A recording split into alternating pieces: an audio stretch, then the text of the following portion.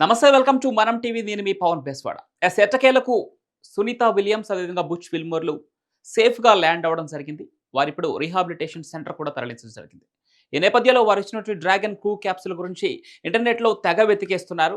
అసలు దాని ప్రాసెస్ ఏ విధంగా ఉంటుంది, అది భూమి మీద నుంచి అంతరిక్షంలోకి అదేవిధంగా ఆ ఎర్త్ ఆర్బిట్లోకి ఎలా ప్రవేశపెట్టడం జరుగుతుంది, అదేవిధంగా ఇంటర్నేషనల్ స్పేస్ స్టేషన్కి ది డాకింగ్ ప్రక్రియ ఏ విధంగా జరుగుతుంది, అక్కడ ఉన్నటువంటి ఆస్ట్రోనాట్స్ని పూర్తిగా హ్యాచ్‌లోకి తీసుకోవటం, అదేవిధంగా ఆ హ్యాచ్ క్లోజ్ చేయటం, అక్కడి నుంచి అన్‌డాకింగ్, అదేవిధంగా బర్నింగ్ సిస్టమ్, అక్కడి నుంచి తిరిగి ప్రయాణం అవ్వటం. ఈ ప్రాసెస్ అంతా తెలుసుకోవడం చాలా ఇంట్రెస్ట్ చూపిస్తున్నారు. ఈ నేపథ్యంలోనే ఆ స్పేస్ ఎక్స్ గురించి, అదేవిధంగా రాకెట్ ఏదైతే ఉందో ఈ భూమిపై నుంచి ఆ ఆర్బిట్‌లోకి వెళ్లి ఆ డాకింగ్ చేసి వ్యోమగాముల్ని తిరిగి తీసుకొచ్చే ఒక ప్రక్రియని మీకోసం ఎక్స్‌ప్లెయిన్ చేసే ప్రయత్నం చేస్తాను ఒకసారి క్లియర్‌గా. యెస్. మనం చూడొచ్చు డ్రాగన్ క్రూ 10 ఆ క్యాప్సూల్ ఏదైతే ఉందో అది భూమి మీద నుంచి వెళ్ళేటప్పుడు 3 స్టేజెస్‌గా ముఖ్యం ఉంటుంది. ముఖ్యంగా దాంట్లో హీలియం చాలా క్రియాశీలకమైన పాత్ర, అంటే చాలా ఇంపార్టెన్స్ రోల్ హీలియంది. ఎందుకంటే ఆ ప్రెషర్‌ని ఇవ్వడానికి ఎప్పుడైతే రాకెట్ స్టార్ట్ అవ్వబోతుందో దానికి ముందు ఆ బర్నింగ్ సిస్టమ్ ఉంటుంది కదా! దానికోసం దానికి ఆ ప్రెషర్‌ని ఇవ్వటం కోసం హీలియం అయితే చాలా మెయిన్ రోల్ ప్లే చేస్తుందంటూ ఈ వీడియోలో క్లియర్‌గా మనకి చెప్పడం జరిగింది. మనం చూసుకున్నట్టయితే రాకెట్ ఇక్కడ ఎప్పుడైతే స్టార్ట్ అవ్వబోతుందో స్టార్ట్ అయ్యే ముందు 3 స్టేజెస్‌గా ఉంటుంది. ఆ హీలియం బర్నింగ్ సిస్టమ్ ఏదైతే ఉందో అది స్టార్ట్ అయిన తర్వాత అక్కడ ముఖ్యంగా 9 యెస్, ఇక్కడ చూడొచ్చు. హీలియం ఇక్కడ నుంచి ఆ ప్రెషర్‌ని హీలియం బర్న్ సిస్టమ్ అక్కడ హీలియం ప్రెషర్‌ని లోపలికి అందించి ఆ రాకెట్‌ని పైకి పంపించడం కోసం ఆ హీలియం బర్నింగ్ సిస్టమ్ అయితే యూజ్ అవుతుంది. యెస్, ఇక చూసుకున్నట్టయితే ఈ రాకెట్‌కి ముఖ్యంగా 3 స్టేజెస్‌లో ఉంటుంది. First helium stage burning system ఇక్కడ 9 ప్రధానమైన ఇంజిన్‌లుంటాయి. మనం క్లియర్‌గా చూడొచ్చు 9 ప్రధానమైన ఇంజిన్‌లు. ఈ రాకెట్‌కి 9 ఇంజిన్స్ ఎందుకంటే ఒకటి ఫ్లాప్ అయినా వెంటనే ఆ నెక్స్ట్ ఇంజిన్ ఏదైతే ఉందో అది తన వర్క్‌ని తీసుకోవడం జరుగుతుంది. ఒకటి ఫ్లాప్ అయిన వెంటనే ఇంకోటి ఆటోమేటిక్‌గా ఆన్ అయిపోయి ఆ ప్రెషర్‌ని ఆ రాకెట్ పైకి వెళ్ళటానికి అందించడం జరుగుతుంది. యెస్. నెక్స్ట్ ఇక సెకండ్ స్టేజ్. యెస్, ఇక సెకండ్ పార్ట్ వచ్చేసి ఏదైతే రాకెట్ ఉందో పైన డ్రాగన్‌తో కలిసినటువంటి ఆ సెకండ్ పార్ట్ ఏదైతే ఉందో ఆ సెకండ్ పార్ట్ అనేది భూకక్షలోకి, అంటే ఎర్త్ ఆర్బిట్‌లోకి ప్రవేశపెట్టడానికి ఉపయోగించే మాడ్యూల్ అనమాట. ఇక్కడ సింగిల్ మెరైన్ ఇంజిన్ ఉంటుంది. కింద మనం చూసినట్టయితే ఆ ప్రెషర్‌ని ఇవ్వడం కోసం 9 ఇంజిన్‌లున్నాయి. ఇక్కడ మాత్రం ఒకే ఒక్క ఇంజిన్ ఉంటుంది. ఆ మెర్లిన్ ఇంజిన్ అనేది సింగిల్ ఇంజిన్ మాత్రమే అనమాట. ఇక దాన్ని పైకి వెళ్ళిన కొద్దీ భూకక్షలోకి ప్రవేశపెట్టిన తర్వాత దాని ఆ వర్క్ కంప్లీట్ అయిన తర్వాత తిరిగి భూభాగానికి చేరడం జరుగుతుంది. లేదా అంతరిక్షంలోనే ఒక భాగంలో దాన్ని క్రాష్ చేసే అవకాశం కూడా ఉంటుందన్నమాట. ఎందుకంటే మిగతా ఉపగ్రహాలకి అది అడ్డు రాకుండా, ఆ స్పేస్ స్టేషన్‌లో అడ్డు రాకుండా కొన్నిటిని అక్కడే అంతం చేయడం జరుగుతుంది. దాంట్లో భాగంగానే కొన్ని భూభాగానికి చేరతాయి. కొన్ని అక్కడ అంతరిక్షం ఆ స్పేస్ స్టేషన్‌లోనే వాటిని అక్కడే అంతం చేయడం జరుగుతుందన్నమాట. కింద మనం చెప్పుకున్నాం కదా, థర్డ్ థర్డ్ పార్ట్ ఏదైతే ఉందో డ్రాగన్ క్యాప్సూల్, నిన్న మనం సముద్రంలో ల్యాండ్ అవ్వడం చూసాం కదా! అది ఆ డ్రాగన్ క్యాప్సూల్‌లో వ్యోమగాములు అంటే ఆస్ట్రోనాట్స్ కూర్చొని వెళ్ళడం జరుగుతుంది. దాదాపుగా 7గురు దానిలో కూర్చోవడానికి అవకాశంగా దాన్ని రూపొందించడం జరిగింది. 7గురు సిట్టింగ్ పొజిషన్ కూడా ఒకే రకంగా ఉంటుంది. అదేవిధంగా మిగతా ఆస్ట్రోనాట్స్ లేని పక్షంలో ఆ కింద వారికి సంబంధించినటువంటి ఆ ఎక్విప్‌మెంట్ కావచ్చు, వారికి సంబంధించిన ఫుడ్ కావచ్చు, ఇతరత్ర సామాగ్రిని దాంట్లో పెట్టుకునే విధంగా దాన్ని డిజైన్ చేయడం జరిగింది. అదేవిధంగా ఇక్కడ ఈ డ్రాగన్ క్యాప్సూల్ అనేది పూర్తిగా అటానమస్ కంట్రోల్, అంటే మాన్యువల్‌గా దాన్ని కంట్రోల్ చేసే అవకాశం ఉండదు. పూర్తిగా మెషినే దాన్ని ఆటోమేటిక్‌గా రన్ అవ్వడం జరుగుతుంది. కానీ అక్కడి నుంచి అసలు ఎక్కడికి వెళ్తుంది, పూర్తిగా ఆ లోపల ఉన్న ఆస్ట్రోనాట్స్‌కి క్లియర్‌గా విజువల్ ఉండటానికి అక్కడ సహాయపడుతుందన్నమాట. వారికి తగ్గట్టే కంప్యూటర్ మానిటర్స్ ఏవైతే ఉన్నాయో దాంట్లో వాళ్ళు క్లియర్‌గా చూస్తూ ఉంటారు. రాకెట్ వన్స్ లాంచ్ అయిన తర్వాత ఆ బర్నింగ్ సిస్టమ్ అది దానికి నిర్దేశించిన కక్షలోకి ప్రవేశించిన తర్వాత ఒక్కొక్క పార్ట్ విడిగా తిరిగి భూమిని చేరడం జరుగుతుంది. ఇక్కడే మనం క్లియర్‌గా చూస్తున్నాం. 3 పార్ట్‌లలో కూడా కింద ఉన్నటువంటి ఆ హీలియం పార్ట్ ఏదైతే ఉందో ఆ ట్యాంక్ ఉన్నటువంటి పార్ట్ ఇప్పటికే భూమిని చేరడం జరిగింది. ఇక సెకండ్ పార్ట్ ఒక్కసారి ఎర్త్ ఆర్బిట్‌లోకి ప్రవేశపెట్టిన తర్వాత దాని వరకు కూడా కంప్లీట్ అవుతుంది. అది కూడా ఆహ్, డ్రాగన్ క్యాప్సూల్ నుంచి డివైడ్ అవ్వి భూమికి చేరడం జరుగుతుంది. ఇక కక్షలోకి ప్రవేశపెట్టిన తర్వాత ఏదైతే డ్రాగన్ క్యాప్సూల్ ఉందో, ఏదైతే ఆస్ట్రోనాట్స్ దాంట్లో సిట్రైట్ అయి ఉన్న ఆ పార్ట్ ఏదైతే ఉందో అది ఐఎస్ఎస్ అంటే ఇంటర్నేషనల్ స్పేస్ స్టేషన్‌కి కనెక్టివ్‌కి దగ్గరగా భూమి చుట్టూ పరిభ్రమిస్తూ ఇంటర్నేషనల్ స్పేస్ స్టేషన్ దగ్గరకు వెళ్ళడం జరుగుతుంది. ఇక మనం ఇది చూసినట్టయితే డాకింగ్ ప్రక్రియ. నిన్న మనం చూసాం కదా! వన్స్ సునీత విలియమ్స్ కానీ, బుష్ విల్మోర్ కానీ రిటర్న్ అవ్వడం కోసం అన్‌డాకింగ్ ప్రక్రియ ఏదైతే చేశారో, వారు ముందు ఇంటర్నేషనల్ స్పేస్ స్టేషన్‌లోకి ఎంటర్ అవ్వడం కోసం డాకింగ్ ప్రక్రియ ఉంటుంది. ఇదే ఈ డ్రాగన్ క్యాప్సూల్, ఇది ఐఎస్ఎస్ అన్నమాట. Yes, this is the process.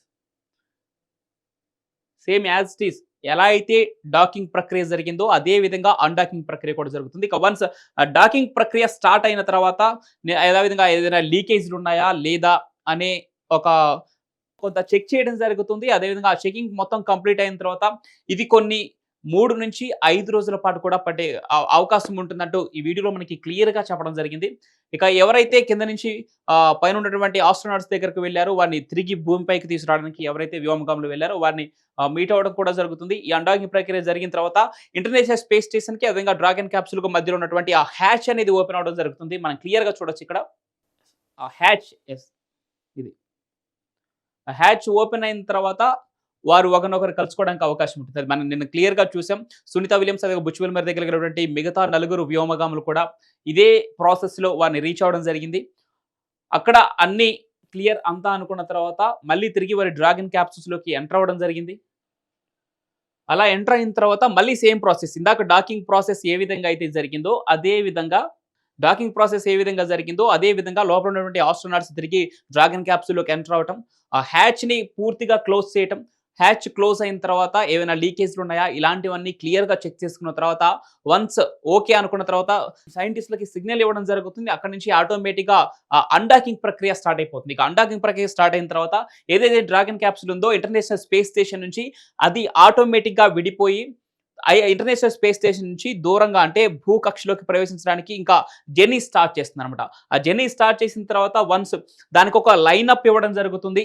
ఏ వేలో అయితే తిరిగి భూమి మీదకి రావాలో దానికొక విజన్ ప్లే చేయడం జరుగుతుంది. ఆటోమేటిక్‌గా అంటే ఆటోమేటిక్‌గా ఆ డ్రాగన్ క్యాప్సూలే తన వేగాన్ని దాదాపు 18,000 కిలోమీటర్ల వేగంతో పర్ అవర్‌కి అది కూడా భూమి దగ్గరలోకి వచ్చిన తర్వాత కానీ అది భూకక్షలోకి ప్రవేశించేటప్పుడు దాదాపు 27,000 కిలోమీటర్ల వేగంతో ఉంటుందట గంటకి. చూస్తున్నాం కదా! ఇక రిటర్న్ వచ్చేటప్పుడు దానికి రాకెట్ పైకెళ్ళేటప్పుడు ఏదైతే బర్నింగ్ సిస్టమ్ ఉందో అది కిందకి రావడం జరుగుతుంది. బట్ వన్స్ కిందకొచ్చేటప్పుడు మనం క్లియర్‌గా చూడొచ్చు ఇక్కడ ఆ వేడి అనేది రాకెట్ పైన అంటే డ్రాగన్ క్యాప్సూల్ పైకి పోవడం జరుగుతుంది కిందకొచ్చేటప్పుడు.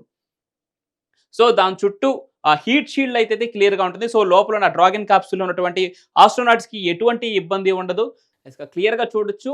ఆ బర్నింగ్ సిస్టమ్ వన్స్ కంప్లీట్ అయిన తర్వాత ఈ డ్రాగన్ క్యాప్సూల్‌లో ఉన్నటువంటి వారికి ఎటువంటి అపాయం జరగకుండా పూర్తి హీట్ షీల్డ్‌తో కవర్ చేసి ఉంటుందది. వన్స్ భూకక్షలోనికి పారాచూట్ ఆ బర్నింగ్ సిస్టమ్ బర్నింగ్ ప్రక్రియ ఏదైతే పూర్తయ్యి భూకక్షలోకి ప్రవేశించిన తర్వాత ఇంకా ల్యాండింగ్‌కి సమయం దగ్గర పడుతున్న తరుణంలో ఆ పారాచూట్ డిప్లాయ్‌మెంట్ స్టార్ట్ అయిపోతుంది. ఇంకా ల్యాండింగ్‌కి దగ్గరగా ఉన్నాం. 5.5 కిలోమీటర్ల దూరంలో ఉన్నాం. 18,000 అడుగుల ఎత్తులో ఉన్నాం కూడా పారాచూట్ డిప్లాయ్‌మెంట్ స్టార్ట్ అయిపోతుంది. అసలు మనం క్లియర్‌గా చూడొచ్చు. వన్స్ అది ఆ 18,000 అడుగుల ఎత్తు ఏదైతే ఉందో అది 6,000కు తగ్గినప్పుడు 4 పారాచూట్ల డిప్లాయ్‌మెంట్ ప్రక్రియ స్టార్ట్ అయిపోతుంది. స్లోగా ఆ డ్రాగన్ క్యాప్సూల్‌ని ముందుగా నిర్దేశించినటువంటి ఆ సముద్ర జలాల్లో సేఫ్‌గా ల్యాండ్ చేయడం జరుగుతుంది. ఇదే ప్రక్రియ సేమ్ ఆల్రెడీ నేను సునీత విలియం అదేవిధంగా బుచ్ విల్మర్‌లు ఏ విధంగా ల్యాండ్ అయ్యారో సేమ్ ప్రాసెస్ అనమాట. ముందుగానే అక్కడ ఫ్లోరిడా జలాల్లో ఏ విధంగా ల్యాండ్ అయిందో మనం చూసాం. వన్స్ ల్యాండ్ అవ్వగానే ఆ సముద్ర జలాల్లో చుట్టూ డాల్ఫిన్స్ రావడం ఇవంతా కూడా మీరు ఆల్రెడీ చూసేసారు. సో ఇక వెంటనే ఆ డ్రాగన్ క్యాప్సూల్ అనేది ఆ సముద్ర జలాల్లో ల్యాండ్ అయిన తర్వాత అంతా ఓకే అనుకున్న తర్వాత అప్పటికే రెడీగా ఉన్నటువంటి రెస్క్యూ బృందం ఏదైతే ఉందో ఆ డ్రాగన్ క్యాప్సూల్‌ని ఓపెన్ చేసి దాంట్లో ఉన్నటువంటి ఆస్ట్రోనాట్స్ బయటికి తీయడం జరుగుతుంది. సో అప్పటి వరకు స్పేస్ స్టేషన్‌లో వాళ్ళు గడిపొచ్చారు కాబట్టి వారి ఆరోగ్య పరిస్థితి అదేవిధంగా అక్కడ ఏదైతే గురుత్వాకర్షణ శక్తి తక్కువగా ఉంటుంది కాబట్టి వారు నడవలేని స్థితిలో ఉంటారు. అక్కడ తేలియాడుతూ కొన్ని నెలల పాటు గడుపుతూ ఉంటారు కాబట్టి ఇక్కడికొచ్చిన తర్వాత ఒకేసారి మళ్ళీ యాజ్ ఇట్ ఈస్ గతంలో వాళ్ళు ఏ విధంగా మూవ్‌మెంట్స్ ఇచ్చారో ఆ బాడీ మూవ్‌మెంట్స్ అవన్నీ చేయడం కష్టం కాబట్టి సో వారు నడవటం చాలా కష్టంగా ఉంటుంది. నిన్న సునీత విలియమ్స్ బయటకు రాగానే ఆ నడవలేని ఆ పరిస్థితిని కూడా సో క్లియర్‌గా చూసాం. నాసా లైవ్‌ల ద్వారా మనం క్లియర్‌గా చూడటం జరిగింది. సేమ్ ప్రాసెస్ అనమాట.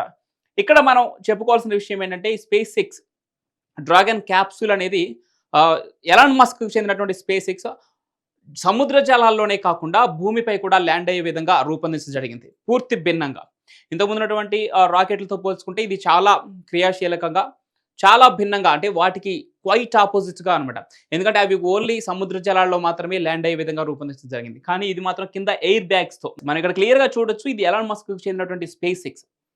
సో అది కింద ఉన్నటువంటి ఆ ఎయిర్ బ్యాగ్స్ వల్ల ల్యాండ్ అవ్వటం వల్ల పైన ఉన్నటువంటి డ్రాగన్ క్యాప్సూల్ కానీ, లోపల ఉన్నటువంటి ఆస్ట్రోనట్స్ కానీ ఎటువంటి ఇబ్బంది లేకుండా సేఫ్‌గా ల్యాండ్ అవ్వడం జరుగుతుంది. ఇక వన్స్ ల్యాండ్ అయిన తర్వాత సేమ్ సముద్ర జలాల్లో ల్యాండ్ అయిన తర్వాత రెస్క్యూ బృందం రావటం, ఆస్ట్రోనాట్స్ తీసుకెళ్లటం సేమ్ ప్రాసెస్ ఇక్కడ భూమి మీద ల్యాండ్ అయిన తర్వాత కూడా జరుగుతుంది. కానీ ప్రస్తుతం సునీత విలియం, బుచ్ విల్మోర్ ఇచ్చినటువంటి ఆ స్పేస్ ఎక్స్ ఏదైతే ఉందో ఆ డ్రాగన్ క్యాప్సూల్ మాత్రం సముద్ర జలాల్లోనే ల్యాండ్ చేయడం జరిగింది. వాతావరణ పరిస్థితులు అన్నీ అనుకూలంగా ఉండటం వల్ల అంతా సవ్యంగా జరిగింది. సేఫ్‌గా 9 నెలల తర్వాత సునీత విలియమ్స్ అదేవిధంగా బుచ్ విల్మోర్‌తో పాటు వారిని తీసుకురావడానికి వెళ్ళిన మరో ఇద్దరు వ్యోమగాములు కూడా సేఫ్‌గా భూమి మీద ల్యాండ్ అవ్వడం జరిగింది. సో ఇది భూమి మీద స్టార్ట్ అయిన దగ్గర నుంచి భూకక్షలోకి అదేవిధంగా ఇంటర్నేషనల్ స్పేస్ స్టేషన్.